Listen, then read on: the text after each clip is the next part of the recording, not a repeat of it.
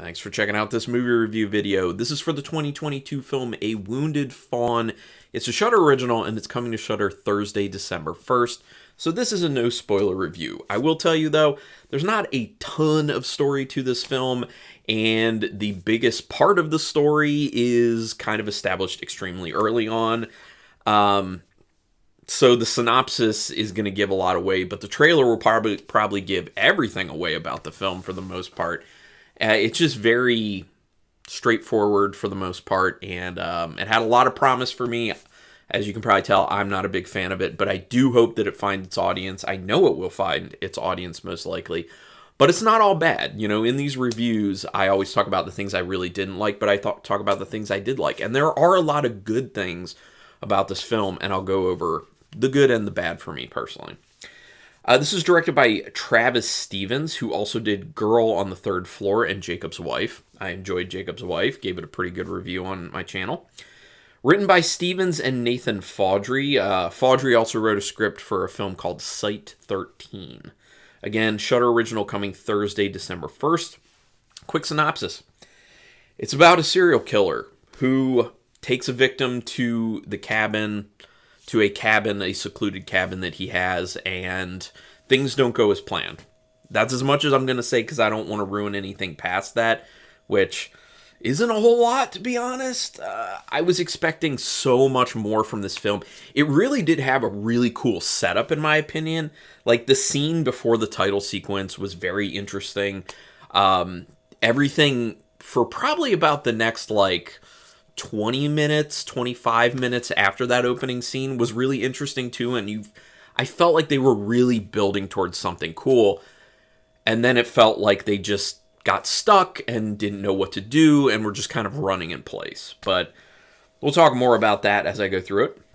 They try to give the film an old look by making it grainy with flecks kind of popping up here and there on the screen, kind of like flecks of dirt on old film, some damage to the film, stuff like that. I'm okay with that. For some people, it can be really distracting because films aren't typically looking like that nowadays. So I was okay with it. It did give it kind of like this 70s look and feel to it. Interesting idea. I'm down with that aspect of it. I did like it because it looked kind of different. There are a lot of tight shots early in this film that made me feel very claustrophobic. Especially that opening sequence before the title screen, like I was saying, it's really just so tight on people's faces and things in it, and I was just feeling like, whoa, can we move this back a bit? Now, granted, after that sequence, it does get a lot better, but in the beginning, it's very uncomfortable. I don't know if that was a intentional choice to make people feel this way, but to me, I just did not like that aspect of it. Not even 10 minutes in, and something very intriguing does happen. Not a whole lot intriguing happens after that for me personally. There's a really good-looking shot at the start of Act 1, which they actually call out Act 1. They then call out Act 2, with actual text on the screen. And the scenes, the shots that they have, that they hold on to when they're throwing up Act 1, Act 2, kind of beautiful. Very interesting, and how they connect with one another is also really cool, so I like that aspect of it. There's information that the audience gets that other characters don't, and it kind of does help to increase tension early on in the film. Now, unfortunately, that tension kind of gets lost as they get mired in something particular that's happening that I'm not a big fan of in the film. And it seems like they just get stuck in that they just don't know what to do, and it starts to feel like they're stretching it for runtime, because it is, I think, dead on an hour and a half. Needless to say, the pacing, in my opinion, is really bad with this film. It starts to become very much a style over substance type film. So if you like those types of films, which I know there are people who really do, you will like this film.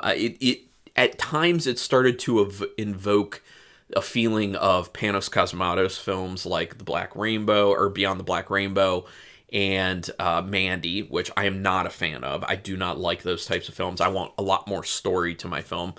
I will say that I think this film does have more story than Panos Cosmatos films, but that's not hard to do. Like, just have a little bit of story and you have more than he does. That's how I feel about that. The score in this is really good. The music that they use, I think, is really interesting. Very well composed. They use some other songs in addition to the straight-up score. And it feels like it spans decades. So it's this cool thing where it feels like it's not just from one decade they're trying to hit. So for that reason, what's going on in the film feels a bit timeless.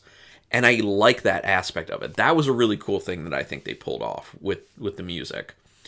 The dialogue is quite well written too. I really like the dialogue, and the delivery of the actors really does help with the dialogue as well. They did a nice job. I'm going to give a shout out right now. Josh Rubin, who plays the main character in this, I really do like his acting. I think he does a sensational job in this film, and it looked like it was a pretty demanding role for him. So kudos to Josh Rubin for a great job in this film. They go pretty hard on the whole creeping dread feeling. Now, here's the thing. When you try to set up creeping dread and keep it going for an entire film, it's hard to do.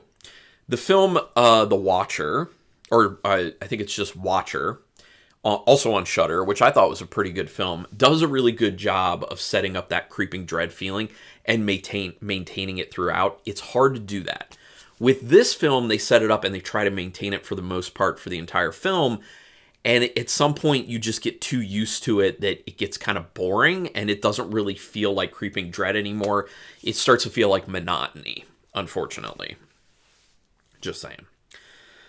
There's a cool type of vision that the main character has that comes up a few different times. I'm not going to go any further than that except to say that it involves the color red. That visual setup, that is super cool. Love how they did that. They do it a few times in the film. It happens very early on, too, so you'll know what I'm talking about. That comes up a few times. Really like that. Thought that was super intriguing. Sound design is quite good as well. I really did like the sound design. I thought it was extremely well done. Love the sound design on it. And they do those moments where they kind of drop the music out so you can really focus on the sound design. Love that about it. There is a lot of time spent on odd visuals and semi-jump scares, and at some point it gets tired and you start to wonder if this film is just running in place. For me, it really hit the just running in place mark and kept going until the very end of the film, and my reaction to the end of the film was, okay. Like, there's really not much of any impact to it, unfortunately. I felt like it didn't build towards anything, and it feels like it's not building towards anything when you just get stuck in the same old thing over and over and over again. And I was right. I was like, maybe they'll pull this out. Maybe they'll throw a twist in the end and really, like, make it worth it. They will have built up to something. Just goes out with a whimper. So, yeah. Very unfortunate for how I experienced the film. But like I said, I know there will be people who really like it, and that's awesome. I'm happy for those people. It's great. There is really cool costuming in this film. I think they did a great job on that. And some really cool practical effects as well. So there's a bright side to that as well. And it's shot well. Like, it looks good. The cinematography, the directing, like, that stuff looks nice. So from a visual standpoint, visuals are great. But when you don't have enough substance to go with all these visuals, it just feels like, I don't know, like an art project in a sense. I don't know, kind of weird. Like I said, the pacing is not good. Pacing is really not good. And the last thing I really want to say is this. You need to tell a very compelling story if you're going to have a very unlikable main character. And they don't do that. American Psycho has a very unlikable main character. But they set the story up in a very compelling, interesting way that has you glued to the screen the entire time. This film, unfortunately, does not do that. I think it would have helped a lot better if they didn't have the main character being the main character. They could have done the same story idea, but have the main character be someone else, and then you start to get the audience involved in that individual person. Like, you get them to actually connect. You cannot connect to this character. You just can't. And it makes it harder to get involved in the film, to be honest. But like I said, like, if you're going to do that, you have to have a very compelling story and a very compelling execution of that story. And I just don't think it's here for this film. So out of 5 stars with half stars in play, I'm going to give it 2.5 stars. For me personally, I did not like it, obviously, but there are some really good things about the film as well. And I considered giving it 3 stars just because of that, because a lot of the technical stuff is really good. But when you just don't have much of any substance, I can't give an overall of 3. So the best I'm going to do is smack dab in the middle, 2.5 stars. But very interested to hear what other people think about this film, especially if you really liked it. I really want to hear your perspective. Tell me why you like it. Also, you can tell me why you don't like it or why you're in between on it, whatever.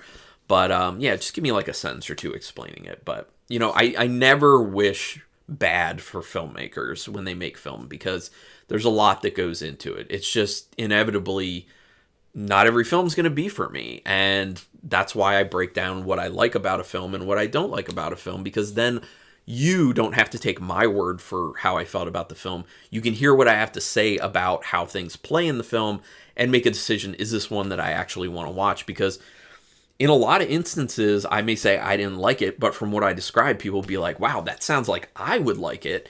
And people come back and they comment on my videos and say that. They're like, yeah, actually, I really enjoyed it. Awesome.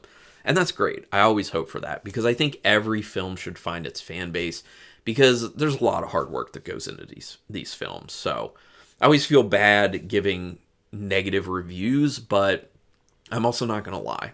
And that's just where I am. But thanks everyone for checking this out. Do me a quick favor, hit subscribe to my channel.